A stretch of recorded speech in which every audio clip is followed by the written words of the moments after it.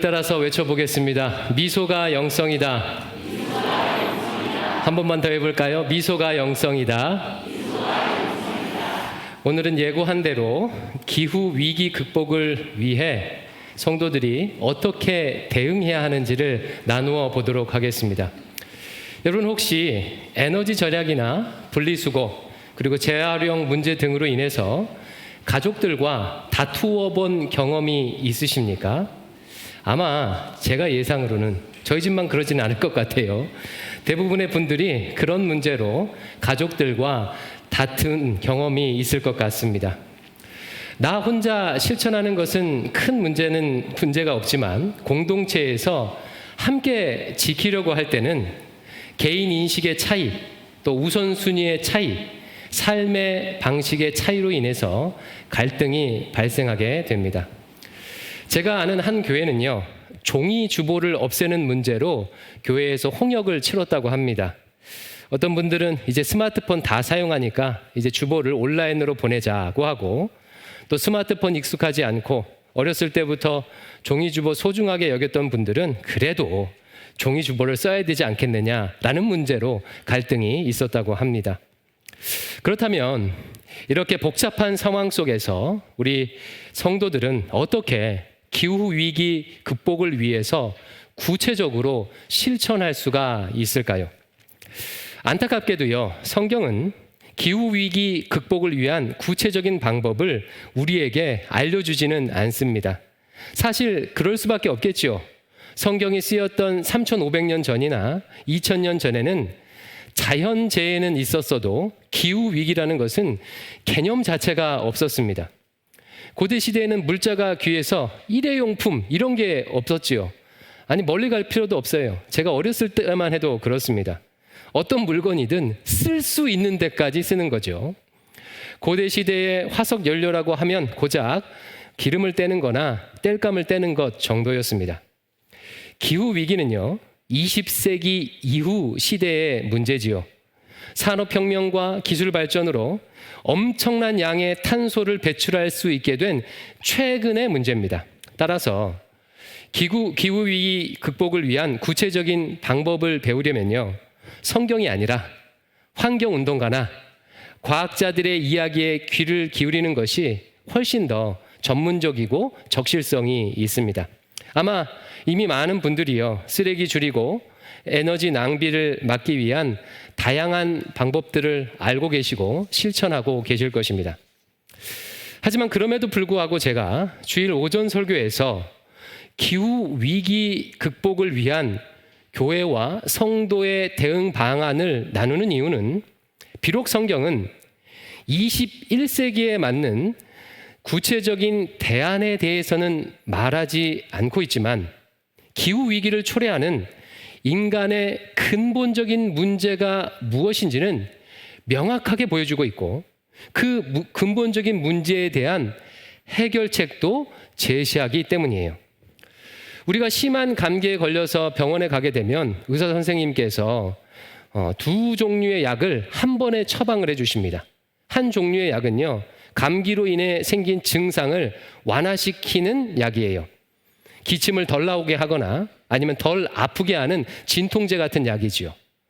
또 다른 종류의 약은요, 감기의 원인이 되는 바이러스를 없애주는 항생제와 같은 약입니다. 이 두 가지 약을 적절하게 복용함으로 우리는 심한 감기를 극복할 수 있게 되지요. 성경은요, 비록 증상 완화를 위한 구체적인 대안은 말하지 않지만 감기의 원인이 되는 바이러스가 무엇인지 또 어떤 항생제를 써야 하는지를 말하고 있고, 그래서 오늘 저는 그것을 여러분과 나누려고 하는 것입니다. 과학자들은 기후 위기의 원인이 탄소 배출에 있다고 말하지요. 인류가 무분별하게 내뿜는 엄청난 양의 탄소가 지구를 뜨겁게 만들고 있고 이로 인해 기후 위기가 발생한다고 말합니다. 그렇다면 인류는 왜 이렇게 엄청난 양의 탄소를 계속 배출하고 있는 것일까요? 이유는 한 가지예요. 그 이유는 무엇인가를 생산하기 위해서입니다. 수많은 공장들이 물건을 생산하기 위해서 엄청난 양의 화석 연료를 태우고 있고 80억 인구를 먹이기 위한 고기를 생산하기 위해서 엄청난 양의 가축들이 메탄가스를 뿜고 있는 것입니다. 그렇다면 한 걸음 더 들어가서 그렇다면 이렇게 무엇인가를 계속해서 생산하는 이유는 또 무엇입니까? 그 이유는요, 생산하는 이유는 물건을 팔기 위해서겠죠. 현대 자본주의 시장 경제 체제는 생산을 해야 경제가 성장을 합니다. 그리고 이 경제 성장은요, 그 어떤 가치보다 중요한 가치로 인정을 받고 있어요. 경제 성장을 위해서 더 많은 건물을 짓고 더 많이 물건을 생산하다 보니 더 많은 탄소를 배출할 수밖에 없고 기후위기가 오게 되는 거예요. 그러면 여기서 질문이 하나 생기지요. 경제 성장을 위해 물건을 생산한다고 했는데 만약 물건을 만들어도 그것을 팔지 못하면 소용이 없는 것 아닌가? 이런 질문이 생겨요. 예, 맞습니다. 물건을 많이 생산하기 위해서는요, 반드시 그 물건을 사줄 사람들이 있어야 합니다. 누군가 그 물건을 소비해 주어야 물건을 만들 수가 있는 것이죠. 그래서 자본주의 시장 경제 체제가 만들어낸 최고의 구호가 하나 있습니다. 소비가 미덕이다. 소비가 미덕이다. 제가 어렸을 때만 하더라도요, 절약하라고 난리였습니다. 제 기억으로는 한등 끄기 운동 이런 것도 했던 기억이 있습니다. 하지만 지금은 그렇지 않죠. 절약이 아닌 소비가 미덕입니다. 적극적으로 투자도 해야 되고 적극적으로 소비하라고 말해요. 소비가 있어야 물건을 생산할 수 있고 물건을 생산해서 더 많이 팔아야 경제가 더 성장할 수 있고 경제가 더 성장해서 사람들이 더 구매력이 생겨야 더 소비할 수 있고 소비해야 물건을 팔 수 있고 이런 순환이 반복되는 것이 현재의 경제 시스템입니다. 그래서 이 순환고리 중에서 어느 것 하나라도 원활하게 돌아가지 않으면 문제가 생기죠. 최근은 이 순환고리 중에서 어디에 문제가 생긴 상황입니까? 생산에 문제가 생긴 상황이에요. 전쟁과 코로나로 인해 원료 공급이 어렵고 유통이 불안정하여 상품 생산이 잘 안 되고 있습니다. 상품 생산이 안 되니까 물건값이 오르고 물가가 오르니까 소비가 줄어들고 지금 이 악순환이 될까 봐 다들 우려하고 있지요. 그래서 현대사회는요, 이 순환 구조가 잘 돌아가도록 현대판 허탄한 신화들을 많이 만들어내고 있습니다. 조금 전 말씀드렸던 소비가 미덕이다라는 신화가 대표적인 예지요. 이 밖에도 여러분 TV만 틀면 계속해서 TV가 뭐라고 말하죠? 이 물건 사라. 이 물건 사라. 이 물건 좋다. 이거 가지게 되면 네가 조금 더 행복해질 수 있다. 계속해서 말해요. 비싼 거 살 수 없으면 싼 거라도 사라. 소확행을 해라 라고 말합니다. 인터넷만 접속해도 핸드폰만 클릭해도 그리고 심지어는요 엘리베이터만 타도요 계속 사라고 소비하라고 말하고 있어요. 얼마 전에 제가 영화를 보러 갔는데 정시에 딱 입장을 했습니다. 그런데요 영화는 안 나오고 15분 가까이를요 광고가 나오는 거예요. 이쁘고 멋진 배우들이 자꾸 저한테 뭐 좀 사래요. 예. 기후 위기는요 생산과 소비를 줄여서 탄소 배출을 혁신적으로 감축시키지 않으면 계속해서 진행될 것입니다. 물론 각국 정부들이 탄소 배출은 줄이면서도 생산 활동은 늘릴 수 있도록 천연 에너지 사용을 위해 노력을 하고 있지만 현재까지는 지구 온난화의 속도를 따라잡기에는 역부족입니다. 아니, 그 이전에 우리는요 질문을 던져야 돼요. 그런 식으로라도 계속 더 많이 생산을 해야 하는가? 그런 식으로라도 더 많이 물건을 소비해야 하는가? 라는 질문을 던져야 합니다. 현재 한국은요 1인당 평균 3kW 정도의 전기시설을 보유하고 있는 상황이라고 해요. 이를 마력으로 환산하면 4마력 정도가 되고요. 이것을 인력으로 환산하게 되면 성인 남성 노예 20명을 보유하는 것과 같다고 합니다. 즉, 지금 한국인 한 명이 평균 20명의 노예를 거느리고 사는 수준으로 에너지를 쓰고 있다는 얘기예요. 그럼에도 우리는 계속해서 더 많은 노예를 원하고, 더 많은 물건을 원하고, 더 많은 경제적 부를 원하고, 더 많이 가지기를 원합니다. 고로 기후 위기는요, 더 많이 소유하고 싶어하는 인간들의 삶의 방식이 해결되지 않는 한 계속해서 반복해서 나타나게 될 거예요. 우리가 지금 묵상하고 있는 레위기에 보면 다양한 절기들에 지켜야 할 규례를 말하고 있습니다. 그 절기들을 지키는 가장 기본적이고 공통적인 방법은요, 안식하는 거예요. 안식하는 거, 쉬는 거. 노동을 멈추고 쉬는 겁니다. 이때 사람만 쉬는 게 아니라요, 땅도 쉬라고 명령하고 있어요. 그런데 만약에 어떤 사람이 더 많은 가축과 농산물을 소유하기 위해 자신도 쉬지 않고 땅도 쉬지 않게 된다면 땅은 고통하고 신음하게 될 것입니다. 더 많이 소유하고 싶은 인간의 욕망이 땅을, 즉 피조 세계를 고통스럽게 만들게 될 것입니다. 지금의 기후위기가 딱 그렇다는 거예요. 더 많이 생산하고 더 많이 소비해서 더 많은 것을 소유하려고 하는 인간의 욕망이 엄청난 탄소 배출을 초래해서 이 피조 세계를 고통스럽게 하고 있는 것입니다. 그러므로 더 많이 소유하고 싶어하는 인간의 욕망의 문제가 근본적으로 해결되지 않는다면 기후 위기를 위한 우리의 노력은 물거품이 될 수도 있습니다. 예를 들어서 종이컵과 같은 일회용은 쓰지 않으면서 대신에 예쁜 텀블러를 몇 개씩을 소유하려고 한다면 오히려 환경에 나쁜 영향을 끼치게 되겠죠. 에어컨을 틀지 않는 스트레스를 옷을 사는 것으로 푼다면 결과적으로는 환경에 아무 도움이 되지 않습니다. 혹시 지금의 기후 위기는 어떻게 해서 어찌어찌해서 넘긴다고 할지라도 또 다른 기후 위기 혹은 또 다른 종류의 위기가 인류를 괴롭히게 될 것입니다. 결국 인간이 가지고 있는 이 소비지향적인 삶, 소유지향적인 삶의 방향을 바꾸지 않는다면 환경 보호를 위한 많은 노력들은 바이러스를 놔둔 채 감기의 특정 증상만을 완화시키는 행위가 될 수 있다는 거예요. 그렇다면 어떻게 이 소유지향적인 삶을 멈출 수가 있을까요? 그리고 어떤 방향으로 우리 인생을 살아가야 되는 것일까요? 성경은요, 인간이 소유지향적인 삶을 살게 된 원인이 무엇인지를 분명하게 말하고 있습니다. 이미 저는 앞선 여러 차례 설교에서 이것을 말씀을 드렸는데 아마 들어보시면 기억이 날 거예요. 인간이 소유지향적인 삶을 살게 된 원인은 바로 죄 때문이라고 성경은 말합니다. 온 세상을 창조하신 하나님을 거부하고 스스로 왕이 된 죄 때문이라는 거예요. 사랑하는 성도 여러분, 우리 하나님은요, 존재의 근원이 되십니다. 다른 말로 하면 하나님은 있음 자체셔요.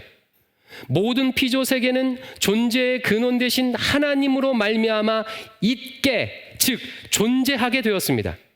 하나님 없이 혹은 하나님을 떠나서 존재할 수 있는 것은 세상에 아무것도 없어요.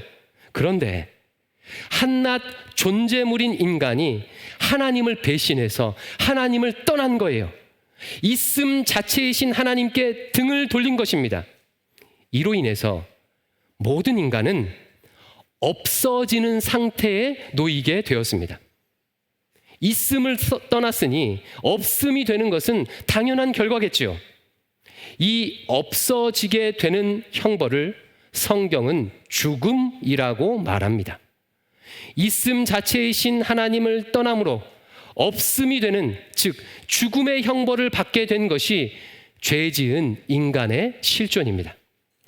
이처럼 죄지은 인간은요, 죄로 말미암아 있음, 즉 존재를 상실하게 되었어요.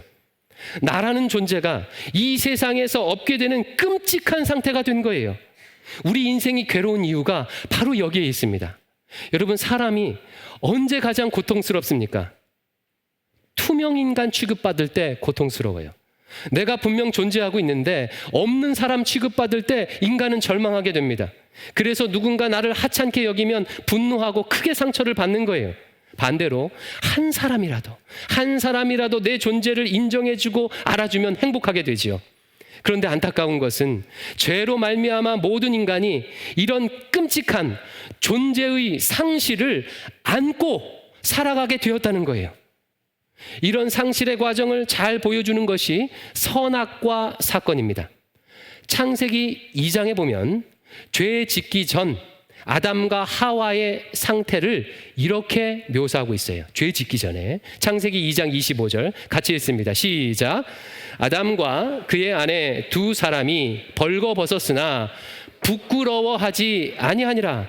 타락하기 전에 인간은요, 죄 짓기 전에 인간은 벌거벗은 채 아무것도 소유하지 않았지만 서로 부끄러워하지 않았어요. 부끄러워하지 않았다는 것은 수치스럽지 않았다, 부족함이 없었다는 뜻이에요. 즉, 죄 짓기 전 아담과 하와는요, 자신의 존재 자체로 벌거벗은 모습 그 자체로 부족함 없이 충분했다는 거예요. 그러나 선악과를 따먹고 하나님을 떠난 이후에 그들의 상태는 정반대에 놓이게 됩니다. 창세기 3장 7절 같이 읽습니다. 시작. 이에 그들의 눈이 밝아져 자기들이 벗은 줄을 알고 무화과 나뭇잎을 엮어 치마로 삼았더라. 눈이 밝아져서 벗은 줄을 알고 라는 말은요, 자신의 존재가 있음이 상실되었다는 것을 발견했다는 뜻이에요.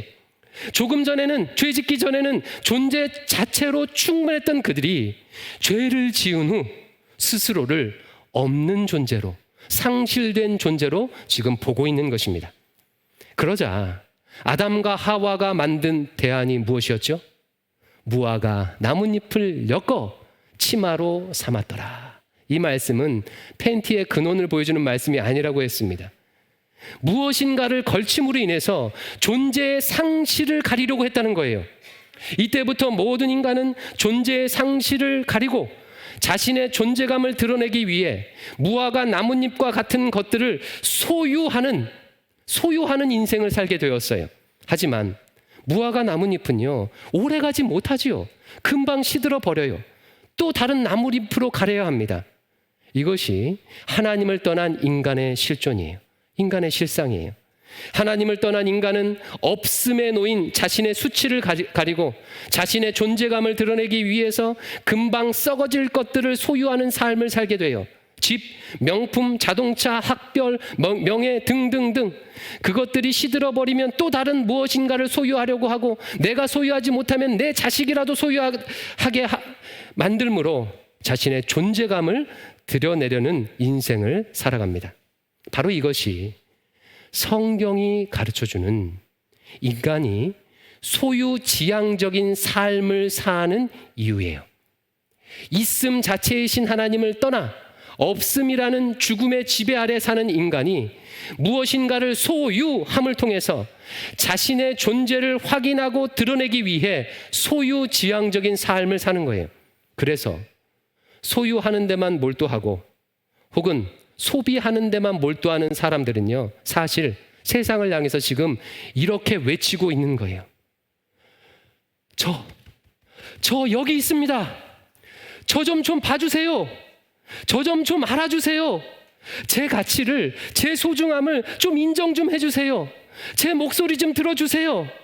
저 이런 사람이에요. 저 외롭고 싶지 않아요. 라고 외치고 있는 것입니다. 그렇다면 여러분 한번 생각해 보십시오. 이렇게 존재의 상실로 인해서 고통하는 인간들에게 가장 필요한 복된 소식은 무엇이겠습니까? 단 하나겠죠. 존재의 회복. 존재의 회복. 내가 존재 자체로 얼마나 소중한지를 온 세상에 밝히 드러내주고 나를 영원히 잊게 할 수 있다면 그것이야말로 복된 소식일 것입니다. 사랑하는 성도 여러분, 성경은 그 복된 소식, 복음이 무엇이라고 말하고 있습니까? 하나님의 아들 예수 그리스도께서 나를 위해 십자가에 달려 죽으셨다라는 복음이에요.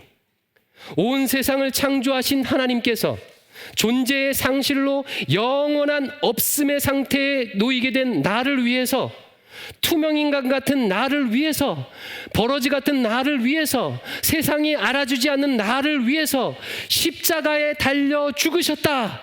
이것이 복음입니다. 예수님의 십자가는요, 내가 얼마나 소중한 존재인지, 내가 얼마나 귀한 존재인지를 온 세상에 천명한 사건이며, 있음 자체이신 하나님과 화목하게 하여 나를 영원히 있게 만드는 사건이에요. 그러므로 예수 그리스도의 십자가를 믿음으로 영원히 있게 된 자, 즉 영생을 얻게 된 자는 더 이상 무화과 나뭇잎을 걸치는 소유지향적인 삶을 추구할 필요가 없습니다. 타락 이전에 아담과 하와가 아무것도 가지고 있지 않았지만, 벌거벗었지만 부끄러워하지 않았던 것처럼 예수 그리스도로 말미암아 하나님과 화목하게 된 자는 소유의 여부와 상관없이 내 존재 자체로 충분함을 누리며 살 수 있습니다. 그래서요, 예수님 믿기 전에는 집도 있고 남편도 있고 자녀도 있지만, 정작 나는 없는 것 같은, 내 인생은 없는 것 같은 깊은 공허에 절망했던 사람이 예수 그리스도를 믿은 이후에는요, 사막 한가운데 홀로 있어도 내가 나로 살아갈 수 있는 은혜를 누리게 되는 거예요. 왜요? 나를 자신의 생명보다 존귀히 여겨주신 그리스도 예수의 사랑이 언제나 어디서나 항상 그와 그녀와 함께 하고 있기 때문이죠. 그러므로 예수 그리스도의 사랑을 받은 자는 이렇게 고백할 수 있게 되는 것입니다. 시편 23편 1절, 여호와는 나의 목자시니 내가 부족함이 없으리로다. 소유지향적인 삶을 벗어나는 길은요, 나를 위해 십자가 지신 예수 그리스도를 영접하는 것입니다. 그 십자가의 사랑을 믿는 거예요. 그래야 소유와 소비를 통해 만족하려는 이 지긋지긋하고 고단한 삶을 멈출 수가 있습니다. 그러면 마지막으로요, 예수 그리스도를 영접해서 소유지향적인 삶에서 벗어나는 자는 그 이후에 이 땅에서, 이 세상에서 어떤 삶을 살게 되는 것일까요? 오늘 설교 본문이요, 그것을 보여줘요. 빌립보서 4장 11절 13절 같이 읽습니다. 시작. 내가 궁핍함으로 말하는 것이 아니니라. 어떠한 형편에든지 나는 자족하기를 배웠노니, 나는 비천에 처할 줄도 알고 풍부에 처할 줄도 알아. 모든 일 곧 배부름과 배고픔과 풍부와 궁핍에도 처할 줄 아는 일체의 비결을 배웠노라. 내게 능력 주시는 자 안에서 내가 모든 것을 할 수 있느니라. 아멘. 이렇게 살아가는 거예요. 궁핍함에도 처할 줄 알고 풍부함에도 처할 줄 아는 자족하는 삶을 살 수 있게 됩니다. 이미 그리스도께서 나를 나로서 완벽히 인정해 주셨기에 더 이상 소유를 통해 내 존재감을 확인할 필요가 없습니다. 그리스도께서 나에게 허락하신 인생의 분량이 얼마만큼이든 그것에 자족하며 내 인생을, 다른 사람의 인생이 아니라 내 삶을, 내 인생을 살 수 있게 되는 것입니다. 내게 능력 주시는 자 안에서 모든 것을 할 수 있다는 말은 예수 그리스도 안에서 가난한 상황이든지 부한 상황이든지 자족하며 살 수 있다는 말이에요. 사랑하는 성도 여러분, 신자의 삶의 능력은 자족에 있습니다. 자족에 있어요. 그러나 이러한 삶은요, 예수님을 믿는 순간 자동적으로 사라지는 것은 아닙니다. 오늘 본문 말씀을 봐도요, 사도 바울이요 12절 하반절에 이렇게 말하고 있어요.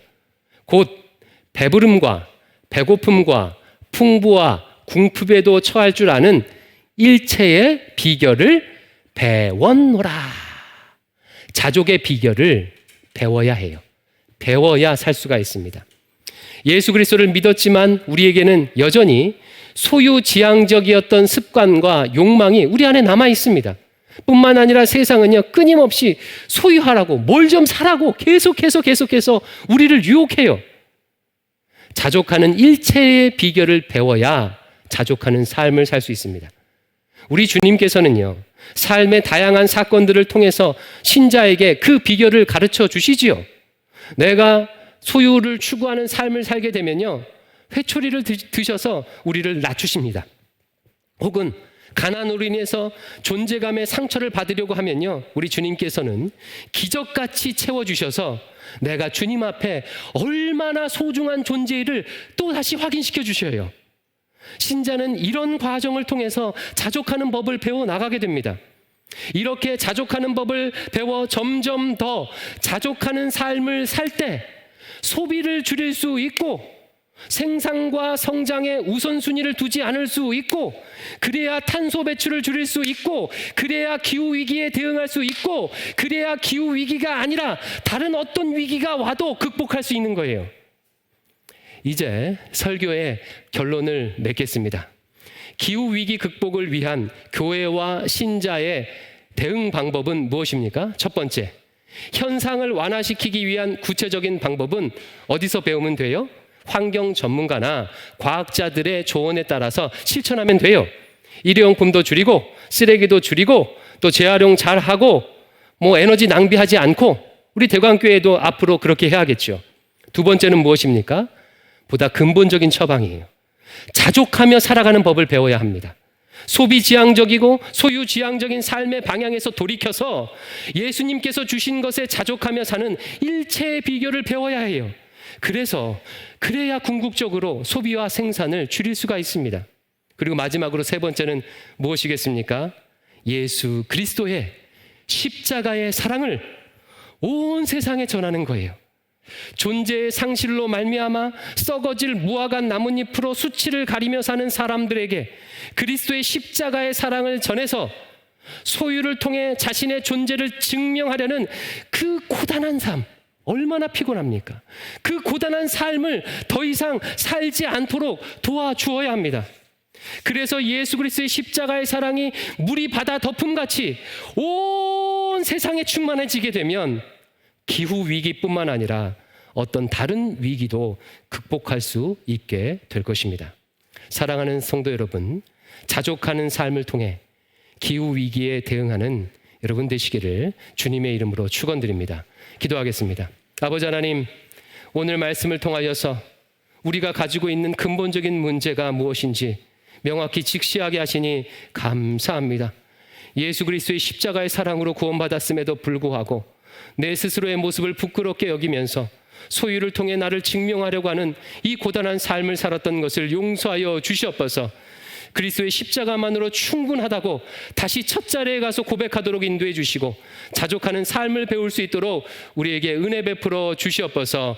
예수님 이름으로 기도드립니다. 아멘.